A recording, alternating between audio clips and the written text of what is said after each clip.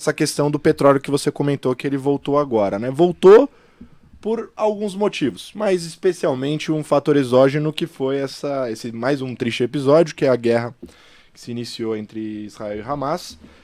A gente comentou aqui já no último episódio do Stock Pickers, né, sobre como isso pode eventualmente deixar o cenário muito complicado, né? Porque petróleo é combustível, combustível é inflação, você pode exportar a inflação para o mundo todo e já complicar a vida de vários banqueiros centrais como o Fed, que já não está fácil conduzir a situação por ali.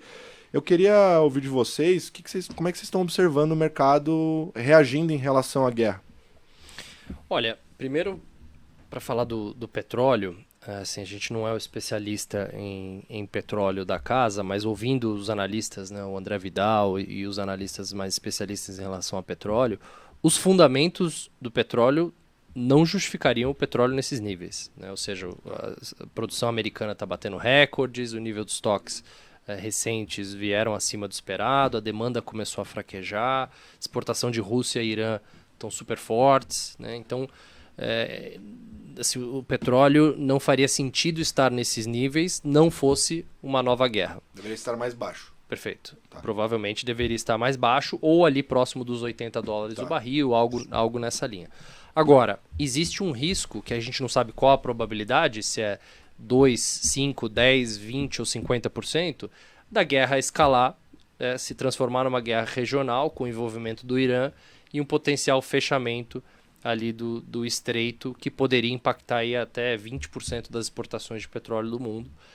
E aí o mercado tem que precificar um risco desse cenário de cauda nos preços, né? E me parece que é um pouco disso que está acontecendo. Ou seja, aquele cenário de cauda, uma probabilidade disso indo para o preço no curto prazo. Porque, de fato, os fundamentos não estavam tão apertados assim no curto prazo para justificar. Agora, o mercado tem que fazer esse trabalho mesmo. Tem que falar, olha, existe uma probabilidade de uma escalada na guerra, de piorar, então logo, qual seria o efeito? Todo mundo fala num petróleo acima de $100, né? 120 ou 100 e alguma coisa.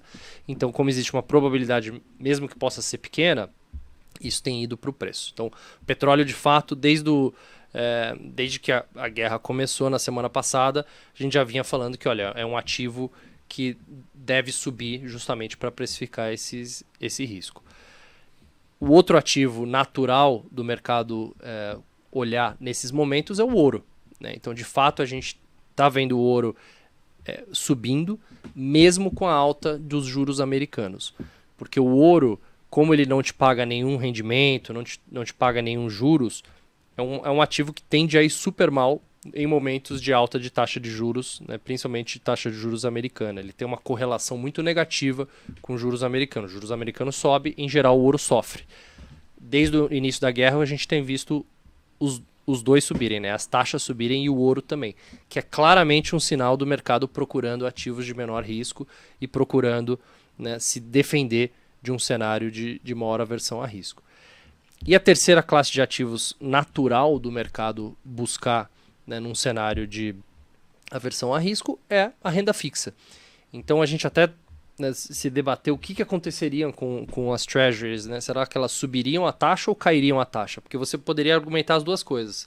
Você poderia falar, olha, vai ter uma aversão a risco maior, o mercado vai procurar títulos de renda fixa, logo a taxa vai ceder. Isso aconteceu por algumas horas, mas logo o mercado já voltou a ficar preocupado com o fiscal dos Estados Unidos com uma nova guerra, com o preço de petróleo voltando para $100, enfim, e aí as taxas estão aí acima de 5%, né, quase que na curva inteira americana. Então,